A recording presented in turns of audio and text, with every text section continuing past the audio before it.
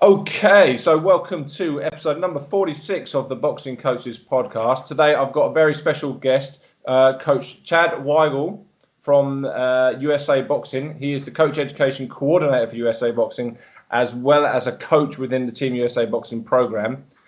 He works at possibly the best address you can have, which is USA Boxing, 1 Olympic Plaza, Colorado Springs, Colorado, USA, which is pretty amazing. Chad, how are you? Good. Very good, very good. How are you? Yeah, I'm pretty good. Yeah, I mean, just looking at that address, I saw it on your email signature. It doesn't get much better than that. No, it's I get to go to work, and there's the mountains are behind us.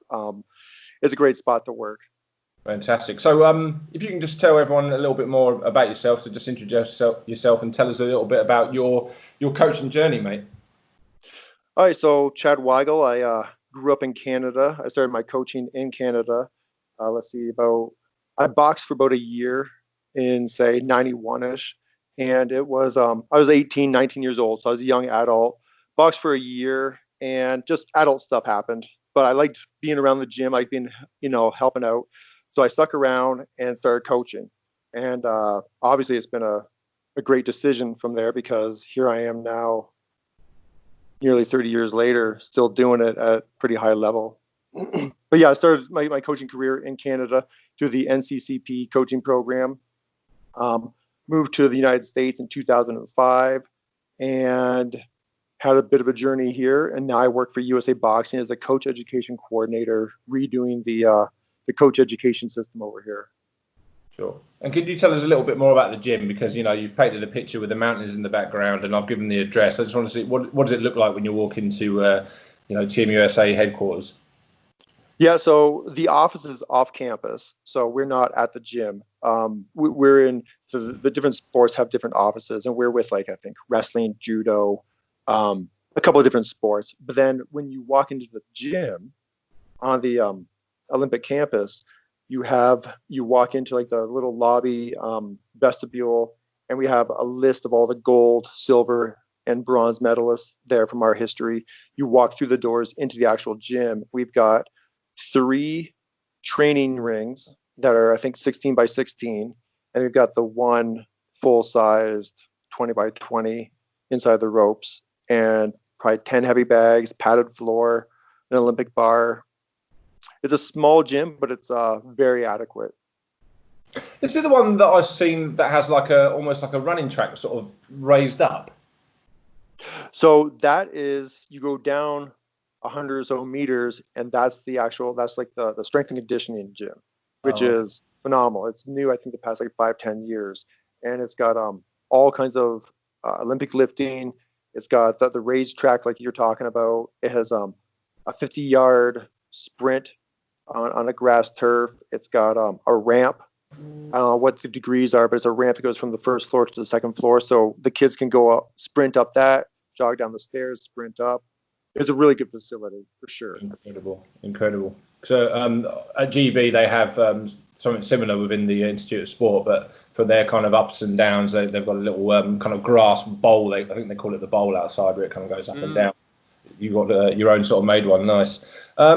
Something I didn't talk to you about beforehand, but tell us a little bit about a day in the life of what you do. I can imagine it's very varied, but what's the sort of day in the life in your role? So it's a nonprofit, so I wear many hats. If someone says, "Hey, can you help me with this?" Yep. So my day is like very varied, but like on an ideal day right now, as a coach education coordinator, I'm developing. We're going from a 4-level system. We're staying with a 4-level system, but we're renamed it different. So level 1 is green, and then it goes on to bronze, silver, and gold. And I started working on that about a year and a half ago. We got green banged out. It's online. It's just a certification, so coaches, moms, dad, former fighters can get in the ring and support the athletes. And then the bronze is a 16-hour in-person participation class, a lot of role playing and practicing. And then, so right now what I'm doing is I'm building out silver. And with COVID, it was supposed to happen in the summer, but the first silver class will probably be at our December Nationals. So on my ideal day, playing my real role, that's what I'm doing, is building silver. Okay, fantastic. And I think you froze a little bit there, but I think I'm back with you. So Okay. don't worry, got all the audio, so it's all good. Okay, so I suppose if you were comparing it to ours, that would be your level 3 that you're kind of re-looking at the moment, yeah. Yeah, yeah. And so the distinctions are, because this is a coach podcast, I'll talk about the distinctions. The level 1, like the green, is just to get people, like I said, moms, dads, former fighters who want to become coaches, get them in the system, get them so that they can. If we don't make it so that coaches can get into the corner, then that just hurts the athletes. So we want to get coaches in the corner. The green level is about nutrition, weight management, fundamental skills, tactics, and techniques. And then the bronze is about supporting the coaches who are with club fighters. Like they fight one time, then a week, 2 weeks, 3 weeks later, they fight one more time, like single event club fighters. Whereas silver is for coaches supporting tournament fighters. So so if I have a gym and there's 25 kids and 3 of them are what I would call like my high performance team, that I train them and we go to 2, 3, 4 tournaments a year, that's how the silver is. It's for multi-day events. Okay, great. And so moving on to, so you touched on, what you do as how you've reprogrammed everything, but also, you're a coach as well. So could you tell us a bit more about your coaching values and how that kind of shapes your practice? Yeah, it's funny. It's like when I hear interviews and people talk about values, because I think when I listen to podcasts, sometimes I listen and I go, oh, that's a good question. How would I answer it? And so the values thing, I gotta be honest that I have a sliding scale. I mean, like, of course, like honesty, trust, respect, all that stuff is in there. But I think I have not so much guiding values as I do a guiding principle. So the guiding principle is how can I support? So it doesn't matter if it's a kid that comes in the gym for the first day or it's a kid who comes up to camp for the first time. Like, how can I support them? And it could look different, for every individual, for every situation. And I have a story that kind of grounds me into that. Because obviously we all want to be the honest, truthful, respectful. But I remember a long time ago, maybe 20 years ago, I had a young man in his early 20s who he was just a club fighter, came into the gym. He was good spar mate. And the one day he got to his sparring was kind of like, wasn't very good. And he says, Coach, I got to be honest with you. Like, my dad was like really mean to me. So if you can just be really mean and tell me bad stuff and like just like not be nice in the corner, that's going to motivate me. I was like, all right. And it was kind of funny because then I get out of the corner sometimes and the coach next to me like, dude, what are you doing? Why are you saying that to that kid? And it's like, oh, don't worry about it. And he always turned it up. And so that's kind of like where I wouldn't normally do that. I'm not being honest with him. People think I'm disrespecting him. But if he's that self-aware to know like what he needs and he asked me for it, then that's where the sliding scale comes in. Yeah, I like that, Chad, because it's very easy. I've seen a lot of information recently about people talking about their values or if you put a different spin on it with the principles, and people say I'm X, I'm Y, and I'm Z. But what happens if X and Y and Z doesn't fit with the athlete in front of you? So, do we have to have these steadfast things that are really set in concrete, or can we have something a little bit more fluid where we can adapt to who's in front of you? Because if you were to be all nicey to this kid in the corner, oh, don't worry, you did all right in that round. Right. He's obviously going to go to pieces, isn't it? So it's about knowing that having that relationship and knowing when to actually slide up and down that scale, as you mentioned. Yeah. And, there's another situation where it's really common where there's a kid who, whether it's pre-fight, in the gym, in the competition, and they know they can get it. They know they can accomplish, but they're on the fence. Their self-talk is just like, it's going back and forth. And I'm not lying to them, but if I say, no, like, dude, you can do this, and there's a chance that they might not be able to do it, but I fluff them up just a little bit in that direction, that's what they needed, then I mean, is that going against my like moral standards of like lying to the kid? No, I'm fluffing up a little bit, and the end result is that they're going to perform better because that's my job, right? Like in boxing, the athlete is called the principal, and the coach is called the second. So I kind of take that to heart. Like they're there to accomplish something. I'm there to support their journey. So whatever I got to do to make that happen, and it's not a win. It could be anything that they want to accomplish. Someone that comes in wants to just lose weight and do recreational boxing. Cool. I mean, I think they've got enough skills to make it competition. I start pushing them into competition. I'm not serving them. I love that. I love that. A coach is a second. In terms of real terminology, but you can look at it as in terms of the relationship, the coach should come second. But I think, unfortunately, as a tradition in this sport, we have too many coaches that have put themselves first. It's their model fits everybody, and if it doesn't fit you, then obviously you fall by the wayside. So I love that as a sort of anecdote that the coach is the second in more than one way. So brilliant. So USA Boxing, they had a good. They acquired Billy Walsh several years back from Ireland Boxing, or from the Irish Boxing Association. Can you tell us a little bit more about Billy's leadership style? What sort of impact has he had on USA Boxing? Yeah, no, he's I mean, obviously, you can take a look at his resume, and he's an amazing coach. And because you don't get to where he's gotten on his resume and his accomplishments by being not amazing, And so I think that when it comes to him as a person, and it translates over into coaching, is I think about Billy as being humble and confident, and it's kind of unique because you might think of those two attributes are at two ends of the scale, but he really is like he's humble. He doesn't like to he doesn't come out with billboards talking about all of his accolades, but at the same time, when asked a question, he'll answer it very confidently, very directly. He's a good mentor. Every coach that comes up for our camps, because we have support coaches, we have our solid coaches, and then we the ones that come up every time. And then we have our support coaches that come up once in a while. And if someone has a question, he'll take half hour, and explain stuff to them. So that's for him, coaches to coaches. I think it also translates over to the way he's with the athletes. He's a fun-loving guy, but he also has a lot of structure. Like when it's in the gym, he's got his plan on the board. He communicates it well. He communicates really well with the athletes. But like I said, he likes to have fun, and he's a very fun-loving guy, but he's comes from a lot of structure. Sure. It sounds to me, with what you're describing, is he's actually quite inadvertently a really good coach developer as well, which obviously falls under your remit too. So do you feel you work closely together as a result of not just the coaching day to day, but actually how are we actually going to develop this program? Oh, absolutely. So for me, I'll come in and so I guess the way it looks is, when this all began for the coach education, it would be I'd come in and go, Billy, what do you want to teach?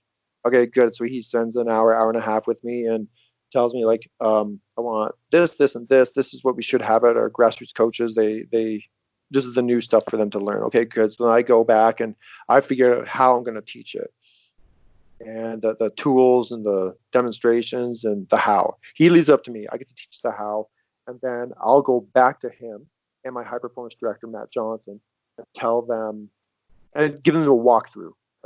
We just did it for silver about 2 weeks ago, where I've got printed out for them what the structure is, and then we walk it through. And we don't role play it, but we walk it through. This is what I'm going to do. This is what I'm going to say. This is what we're going to give time for, and then he gives me feedback, and I tweak it. Sometimes we have discussion, where my come from was. He tells me what his end result that he wants to accomplish is, and then we figure it out. And I go back, tweak it, and then there's usually a final run. And like I said, if I've got questions, he's very open to, let's meet. Even during COVID, let's meet down at the park, and we'll bounce this around. Bloody hell, that does seem very very in depth, and no stone left unturned. What about the review process? So you've done a session, or you've done perhaps a week of stuff that you've planned together. How do you go about sort of reviewing how effective it was?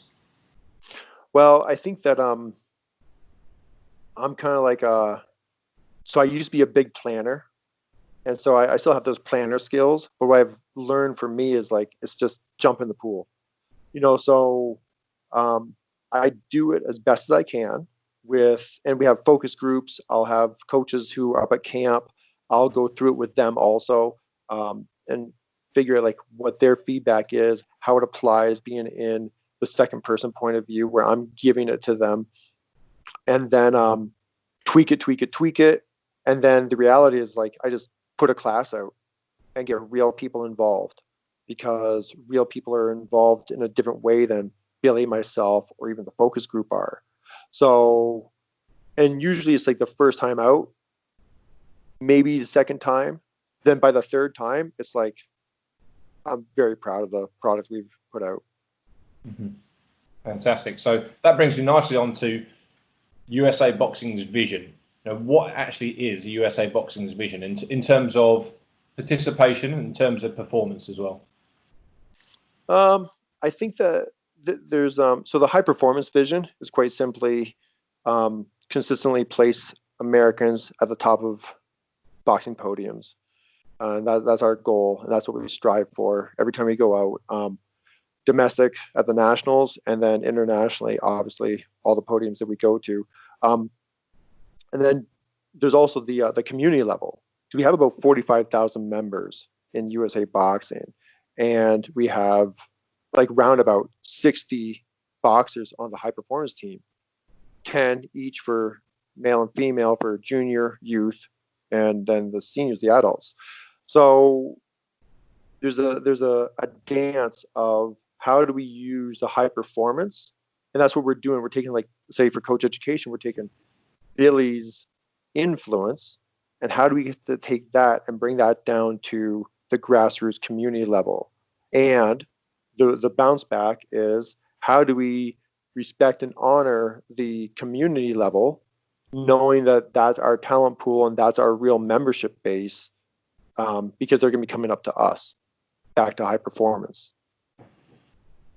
And we had a conversation before, didn't we, about we have a lot of white collar going on here, unlicensed boxing in England, and our national government body don't have any control over that, unfortunately. It's just the way things are over here. But you do over there, don't you?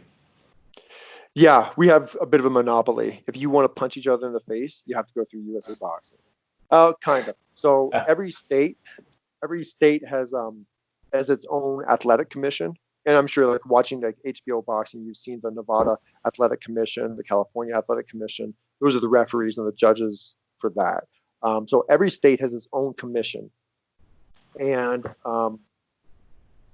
so if, let's say, a tough man contest wants to go and have like a boxing match for just people off the street, they're allowed to, but they have to go through that commission, which means that they have to do it like a pro fight. I believe, I'm talking a little bit of my butt here, because I believe that's how it goes. Like, because they have to go out, register it with the commission, use commission doctors, use commission referees. So it all costs a lot of money. And then the other side is with us. You register for USA Boxing as a club, and then you register a sanction for that event. And then we send in, it works with our called local boxing council, LBCs. And so then you work with the LBC to get referees, judges, get a system all up. But then everyone that's involved with that event needs to be registered with USA Boxing. And our masters go through a pretty stringent testing, physical testing.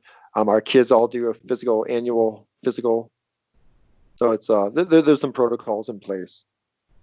Fantastic. That's something I think we'd love to be able to strive here. Obviously, governments work completely differently, but we have so much popping up all over the place here. White collar, very much underground stuff. There's a lot of actually bare knuckle stuff going on, and local councils are aware of it, and they're sanctioning it. And there just doesn't seem to be much sort of link up between the local councils and England Boxing. But I don't think England Boxing have can really do anything about it, unfortunately, just because of the way things are working. I don't know too much about it, but obviously England Boxing would love to grow their membership here, and they would do that by these things not being sanctioned, but unfortunately they don't have the control. So it's good to hear that you have control over it and able to grow your membership and control the way boxing should be run and nicely and safely over there as well. So just to make another point on that is that so if our coaches and athletes and referees work a sanctioned match, then we can suspend them. So you can't just be. So that's the threat, is that if I'm a coach and I want to keep coaching my 25 kids in the gym, but I've got like you guys have a white collar smoker, then I'm jeopardizing me working those 25 kids for the next year, whatever the suspension is. Mm-hmm. The same thing for a boxer. If I box in a unsanctioned match, then I can lose my registration. That's brilliant. That's great. And I suppose as well, what you're doing there is you're controlling their experience and their record, because we have so many people coming into England Boxing who've done so many white collar bouts, but they don't declare them. They could say, I've done one white collar bout, but they've been boxing for 3 years and they've had 30 white collar bouts, but they don't declare them. And of course, they can wipe the floor with someone. So, there's that's what it comes down to, is the safety of everybody, right? I mean, like, you don't want, as a coach, I don't want to be responsible for a kid getting hurt. And as a boxer, it's nice to know that there's some kind of standardization. So, yeah, definitely. Completely. So just moving back to the coach education program. So what would you say are the challenges in revisiting the coach education program, as I believe it hasn't actually been reviewed since 1984, I think you mentioned? Yeah, there's been tweaks and adjustments here and there since 1984, but it hasn't had an overhaul. So a lot of the material is 1984 worthy. Wow. So I tell people that I came into a broken and neglected system. Like, that's what I sat down. Matt Johnson got the job, sat down in front of my supervisor, and he's like, it's honestly a broken and neglected system. Grossly, I think he said, grossly broken and neglected system. So just to put it in perspective, we had level 1, 2, 3, and 4. It had been, at that time, now it's 4 years, but at that time it had been about 3 years where there was no elevation from a 1 to a 2. And then there's no elevation for about 10 years from a 2 to a 3. So just to put that in perspective, 4 years ago, a coach comes in, again, mom, dad, former fighter, level 1 coach, boom. A year later, they're eligible to become a level 2, but they can't. So now for the past 4 years, they've been a level 1. Same thing for a level 2. I'm a level 2 coach, and I was eligible, and I'm doing great. I've got successes. I want to become a level 3 for the status and the education of it. But it had been 10 years. So we've got a whole almost like coach generation of people who were not able to educate or improve their status for too much of a long time. So that was my kind of like my guiding light, was to go, okay, great. So how can we educate and empower coaches going from a broken system where coaches are still learning? And this is kind of like the challenge, that coaches still want to learn, right? So they're YouTube, they're bouncing stuff off of each other. I don't think my experience is like not quite like a mentorship, but there's still like collaboration. So, but there's no formal training. So then it's a lot of like wild west. Again, like YouTube. YouTube is great. There's a lot of good information out there, but it's inconsistent. If I take how to do a left hook from this video and this, coach, and then I take an uppercut from this coach, like, they don't always match. Like, I tell people it's like taking I'm gonna get a little American on you for a second. It's like taking the rims off of a Chevy and trying to put it on a Ford. Like, those rims work really good on a Chevy, but they won't fit on a Ford. So if you don't have consistency between your punches and how you do your boxing, then it's just going to get crazy. So again, like, people have been doing something. So it's our job to come in and say, like, hey, we got this new thing now, and get people on board. It's no different than any other product. So where's the value in the service of the product? Like, you're not going to go buy a mattress if you don't need one. If you do go buy a mattress because you need one, you're going to go get the mattress that's right for you. So it's the same thing. Like it's because yeah, we have a monopoly on the system, but from coach education, I want to still provide like a service and a product that people are going to find value in. So that's kind of like where it started, and then that came into again, that's the guiding light of like where we went with it. Don't know if I answered your question. I know I said a lot, but I don't know if I answered the question. Absolutely. I was, to be fair, halfway through, I was just musing at how American that did sound about the Chevy and the Ford. I just thought that was fantastic.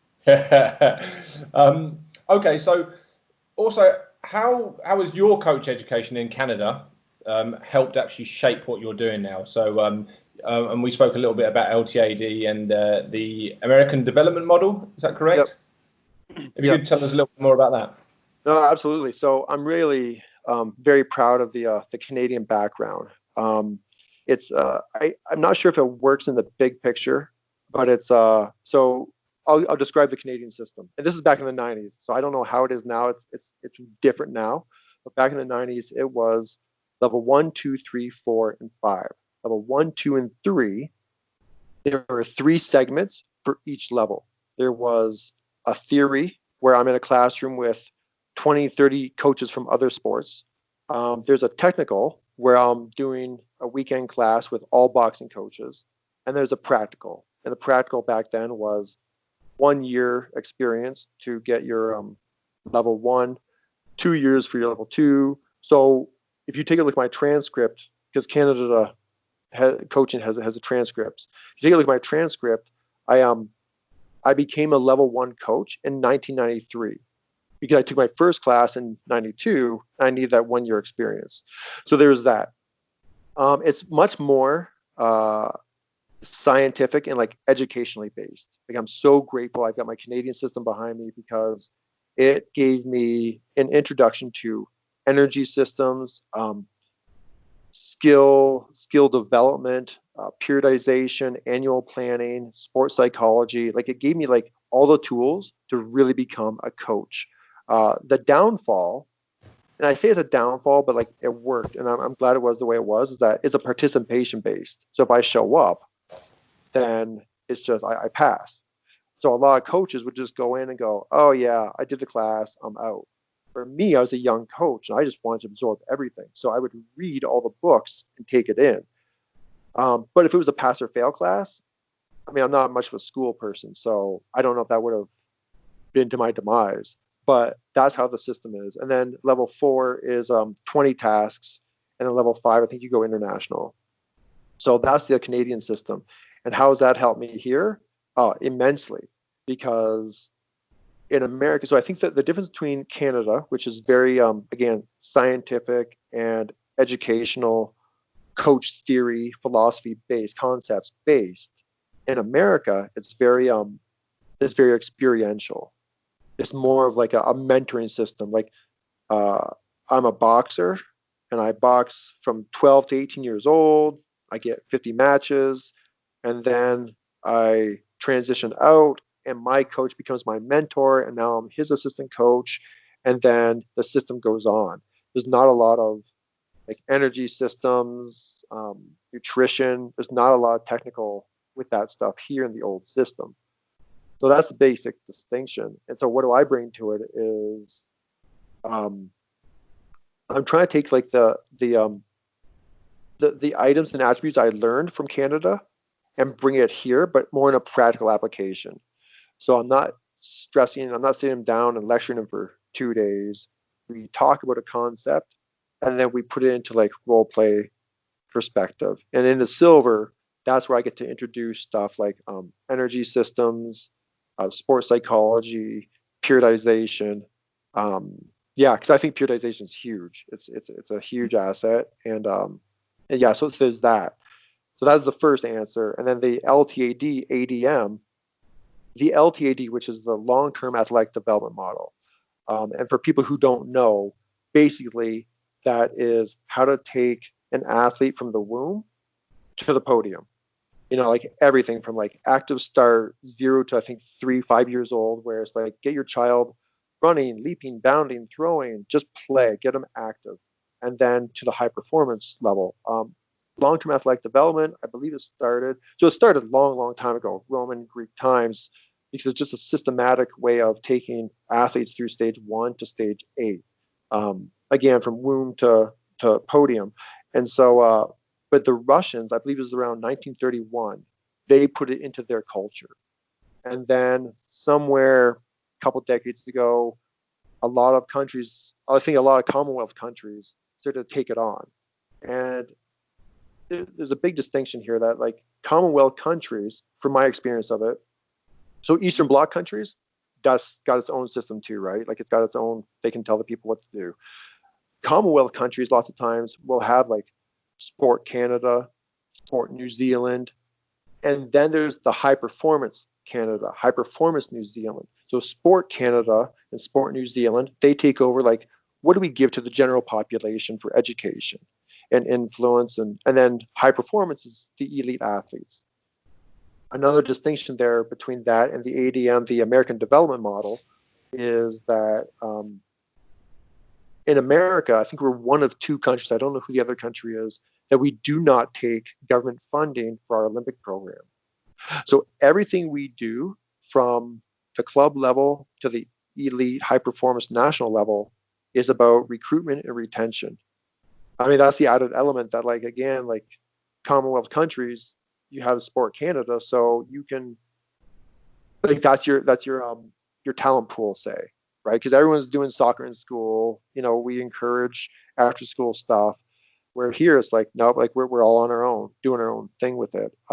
So again, and so here's another distinction, is that the LTAD, long-term athletic development model, which is common around the globe, is 8 stages, and it goes from active start, from being a child, to the elite, and then to retirement.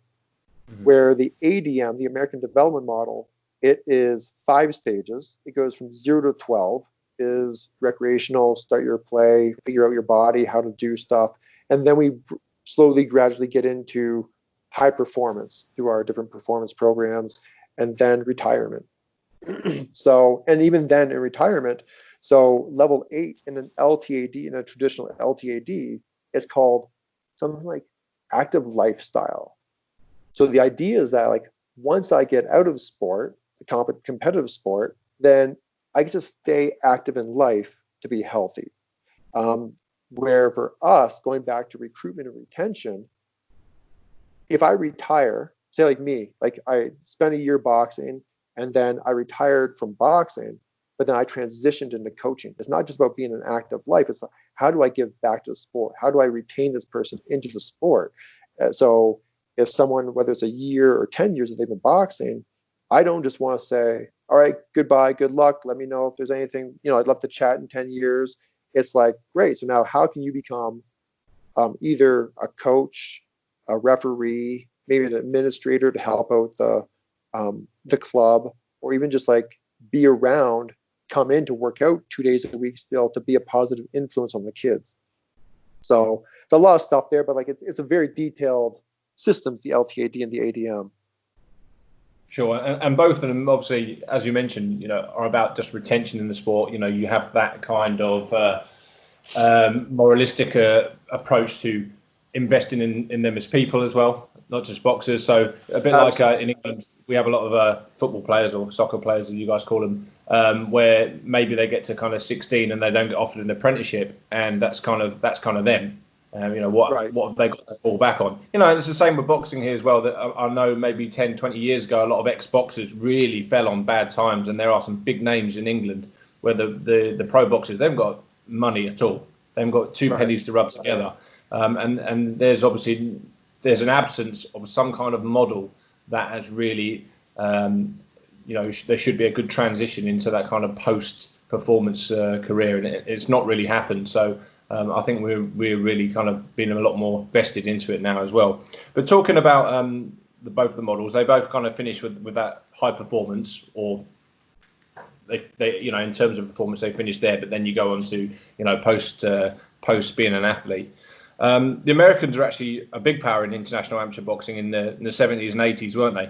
But they seem to have a bit of a lull in recent years, but now seem to be kind of meddling again, don't they? So you see in international tournaments, the Americans are atop of the podiums again. So why do you think there has been, one, the fall, and why do you think now there's the rise? So I hope you don't mind. This is a little bit of a big answer. I've been waiting for about 10 years for someone to ask me this. Fill your boots, mate. So I think that the thing for coaches to remember, and this is like the lesson I can learn from the past, is boxing at the high level, like at the amateur high level, is not just boxing. Basic boxing is you've got a left hand and a right hand. I've got a left hand and a right hand. You're trying to punch me in the face, and I'm trying to punch you in the face. And it's basically hit and don't be hit. That's the basic premise of boxing, right? And that's how I think a lot of coaches coach into it. But at the national, I encourage actually coaches to read the rule book for the domestic, because I got this philosophy of know the rules, win the game. Like nothing's going to sneak up on me if I know what the rules are. And so I think that was the demise. The short answer is that the demise of the Americans through basically the computer scoring era was ego and not being willing to adapt. That's a short answer. Okay. So the explanation of that is, let's take a look at like 50s, 60s, 70s, and even the 80s. It was based on a judging system. So now I'm going to go back. I'm going to go into like the rules and how the Americans did not adapt to the rules.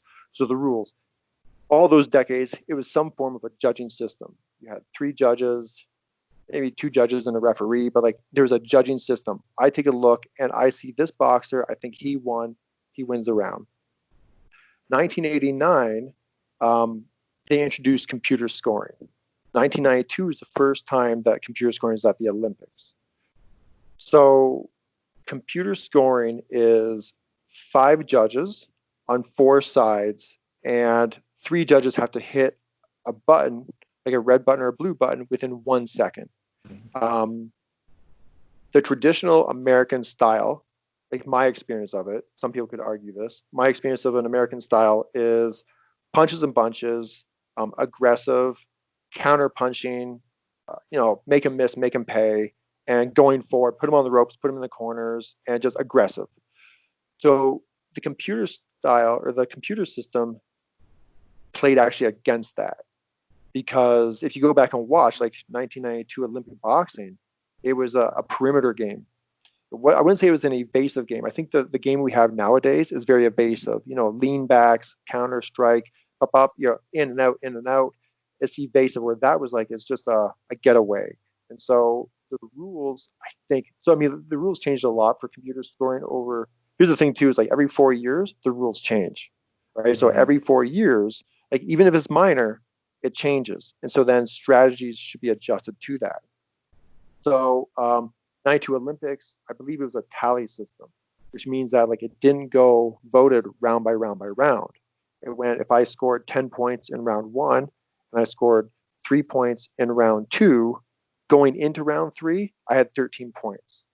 So what a lot of countries were doing was get in, explode, get up a lead in the first round and a half, and then just run around perimeter. And also when I'm working the perimeter and my back is to the judges, they cannot see my scoring target. So even if you hit me on my stomach, on my face, but my hands are up, and I got 2 judges behind me, they can't give a legitimate score because I didn't see it land. So that's where like the American game of pressure, put me on the ropes, not understanding where to position in the ring for computer scoring worked against them. And that's the ego part where like the rest of the world knew it, but they didn't. Like I remember 2008 and the coach, the one American lost, came out and he said to media, I don't know what the judges are looking for. And I'm like, dude, why are you saying that? Like, I'm watching this. I know you just played into their game, and I saw another fight with like the Italian. The Italian just like cleaned house. The Americans like, what's going on? Like, we're scoring shots. So they weren't willing to adapt. And the reason why I'm being so harsh on that is because, say, like my coach, like my personal coach back in the 90s, he was, because Canada and Cuba were good, so they would have us give coaches, take coaches down to Cuba to learn from them. They'd send coaches up. And even then, like North America, not just America, but like North America, I'm a young coach. And old coaches like, oh, I hate that computer. I'm not teaching it. And it didn't make any sense to me. Like the winners are trying to tell you how to win. And you're like, screw it. I'm not going to do it. And it's like, it made no sense. So, but that's kind of like what the Americans did. And then 2015, we got Billy. And I don't know how much influence he really had up until 16, because it's a new system. I'm sure it was all positive what he did do, but now we're in it. And also 2016 was the first time for, I think, back to judging. So we got away from the computer scoring. So again, big, long answer, but like that's basically it, is that the rules changed and Americans just kept on boxing like it was boxing, and it's not boxing. So they were still treating the sport like a fight rather than a competition. Absolutely. And so that's why, like, I don't know if you guys have it over there, but we got a big saying that I hear all the time over here, and I kind of hate it, is you don't play boxing, with the, inference that we fight. And it's like, that's great. I think that's a great, like, motivating statement for like a club fighter. I don't think it serves the kid coming into the gym for the first time who's looking to build confidence, because boxing is a huge avenue to build confidence if it's done right. I also don't think that, we don't play boxing doesn't serve the elite athletes, like the national level, international elite, because everyone's tough. Like everyone can get punched in the face and punch back. It's not about being tough. It's about being smart. And we all teach a jab. We all teach a left hook. Like, so what is it about the strategies within the rules that we're going to play? Sure. And it's, I suppose, for countries like us, England, it's quite worrying seeing that you guys are getting back on path now, because, like I say, back in the day, you had boxing pouring out of every community. You had so many boxing clubs coming up.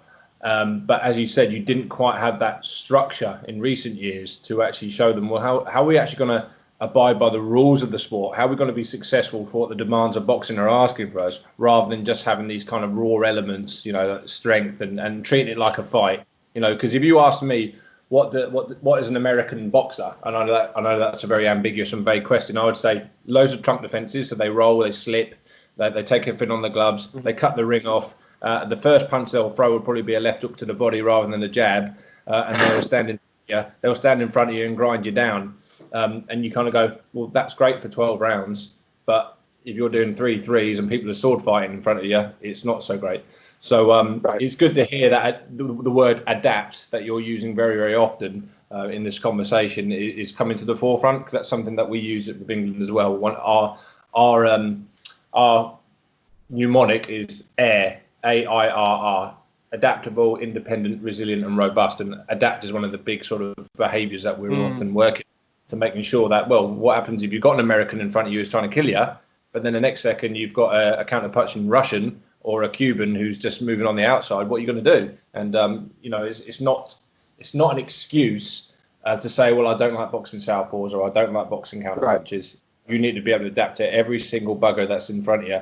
And I think that's maybe part of where the Americans fall short. You kind of knew what you had with an American, so maybe people started to work you out there as well. Well, that's the thing. And I forgot to acknowledge Billy. I mean, like, Billy is a huge influence on like what we're doing now, because he brought in structure. Like I've heard that 2012, our 2012 team, some of our members on the 2012 team, their first international bout was the qualifiers for the Olympics. Like, that's almost absurd that someone at that level from America. We've got a great talent pool. We've got great technology. We've got great coaching, great athletes, but they just didn't have the experience. So Billy comes in, he structures everything, takes our gym. We talked about the gym earlier, took a gym from a 1-ring, 5-bag gym to an internationally standard gym.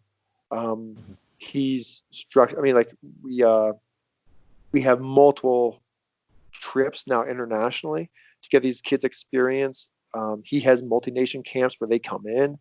There's a lot of stuff that he's brought to the table that hopefully it keeps going. I mean, like 10 years from now, after he's gone, I'm hoping that like the stuff that he doesn't, that he's put in place is embraced by the next person, because it's, he's done a lot for the structure, which again, then in terms, even like say for me with coach education, because he's come in and given the structure and this influence.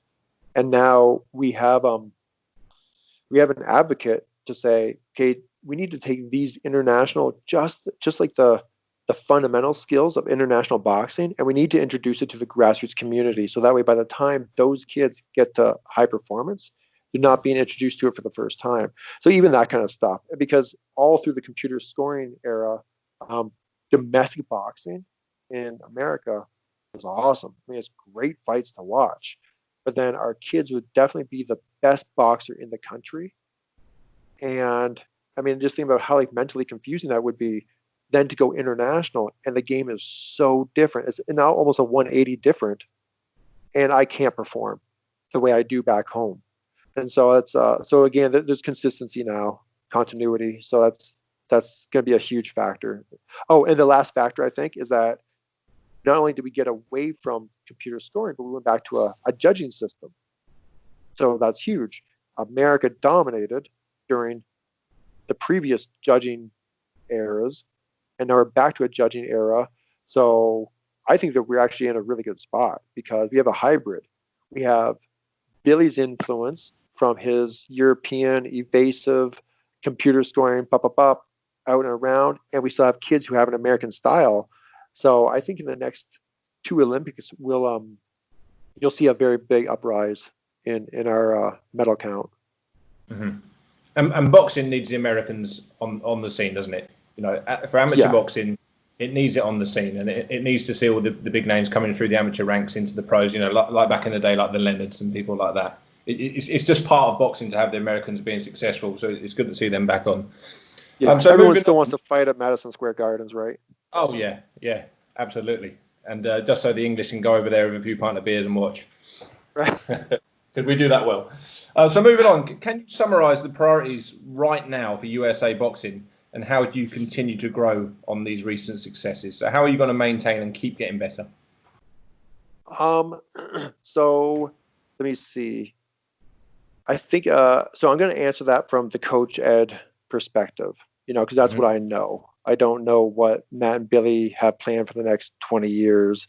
But for the coach education, so here's the thought process is that when I started building out the coach education 2 years ago, it was like someone, actually a mentor or like a colleague from New Zealand, was like, think about where you want to be in 10 years from now.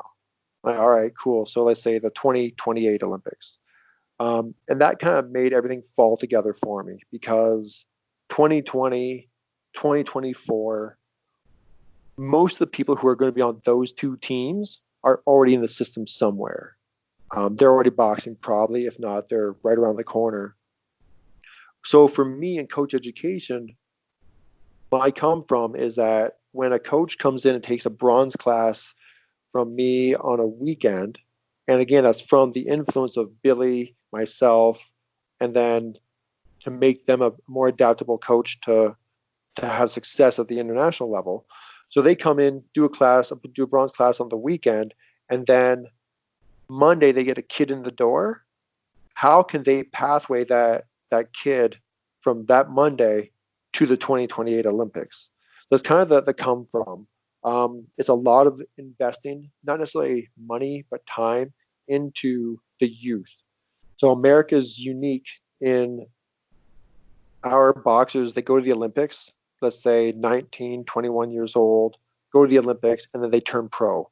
We have very, very, very, very limited career amateurs in our programs. Other countries, you've got people who've done 5, 6 worlds, 2 Olympics, and that's who's medaling for the other country. Us, that's not it. Our athletes still peak at 26, 27, 28 years old, but they're going for three belts and $1 million by that point. So how do we do this in the system? So instead of investing into that person sticking around for 2, 3 Olympics, we have to invest into what's coming up. That's coach education. That's our junior and youth programs. And you don't want to, I mean, like, again, I'm talking for me and my experience of it. I'm not talking for USA Boxing right now, but like the junior youth kids, like who knows if they're going to stick with it? Some of them do, some of them don't. It's a good experience. They're kids, right?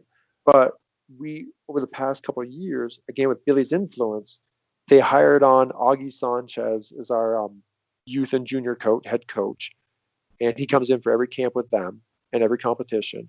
And he was at the 2016 Olympics with Billy, so he's got a heavy Billy influence. Augie was also went through the program. He's the one who, the last American to beat, or the last person to beat Mayweather in the '96 trials. So he's been in the system. He knows what it's like to come up to camp. He knows what it's like to fly internationally and fight with an American influence. And then he's got the influence from Billy. So I think 2018, USA Boxing hired him on to be the dedicated coach. And so all these little bricks in the wall are helping out to like structure what's going on. So basically, we're just investing again more money, time into the youth juniors because that's what's coming up. They'll be going to the Olympics.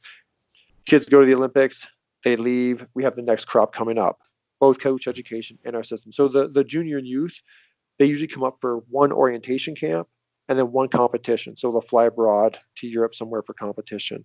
And if you have someone who's on the team 3-4 years in a row, then that's the one that we're really grooming to get into the Olympics as an adult. Yeah, that makes sense, doesn't it? Especially if you've got a program where if you are successful within the Olympics, of course, everyone's going to start waving money at you. They're going to wave contracts at you. Right. And, what kid's not going to want to, as you said, fight at Madison Square Garden, and fight in Vegas and all that kind of stuff. So that pull becomes very, very difficult for you to maintain and retain them on the program, and of course there's funding, etc. So it's good that you have that focus on the juniors and the youths, knowing that they're the ones that are actually going to do the business for you in the next Olympic cycle, etc. Which now is strangely a year away rather than it should be right now, shouldn't it? Right. Yeah, absolutely. So the interesting piece there with the junior and youth is that we are starting to have a few. I mean, like if you listen to parents on social media, everyone's jumping ship, but it's not. We have a few kids who are turning pro young, 16, 17, 18 years old, as they're still on our junior and youth team. So all that same stuff that you just talked about, the money being thrown out of them, being able to like fight pro, which is, if that's their goal, then that's their goal. Why would you want to wait 3-4 more years?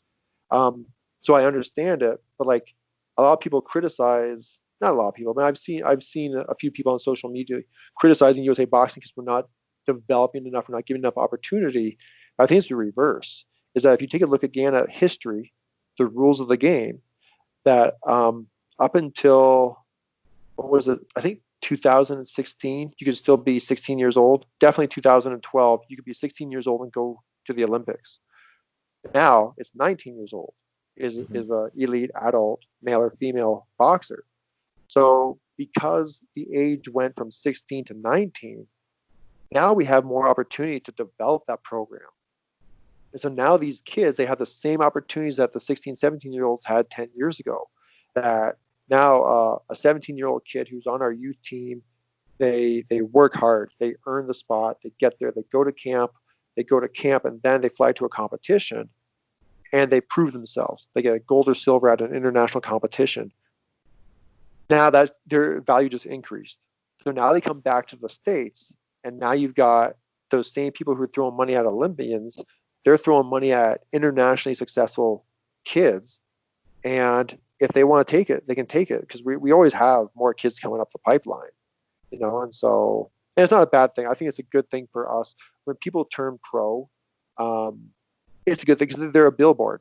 Again, we have the monopoly on boxing, amateur boxing. So if someone comes up and they're a pretty good entry-level pro, then everyone just knows that they got their start through USA Boxing.